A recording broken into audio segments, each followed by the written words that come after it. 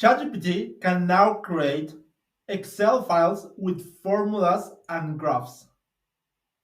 I'll show you exactly how. In this prompt, I first asked ChatGPT to create data for a discounted cash flow model in a downloadable Excel file.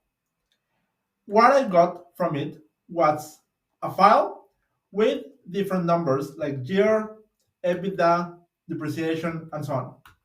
And all of these numbers were hard coded. So how can I audit this?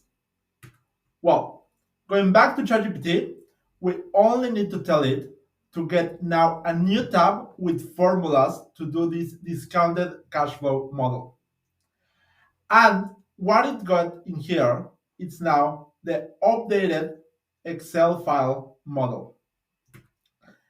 Now, this is the file that ChatGPT gave me. And as you can see, the second tab, it's now DCF formulas. When we go in there, you will see that there will be hard-coded values like year, but at the same time, we will have values that are formula-driven, like EBITDA or depreciation. This way, you can audit all of the formulas and the way ChatGPT gave all of these calculations and figures. But it doesn't stop here.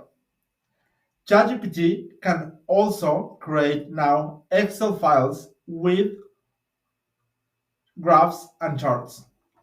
For example, in this one, again, I added this dataset into ChatGPT and I asked it to generate another Excel file with a native Excel chart.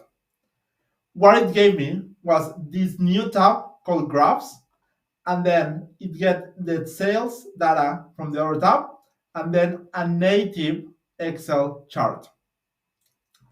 I'll be adding below exactly the prompts that I have been using in order to generate all of these native visualizations using ChatGPT and Excel. Let me know how you plan to use this new feature of ChatGPT.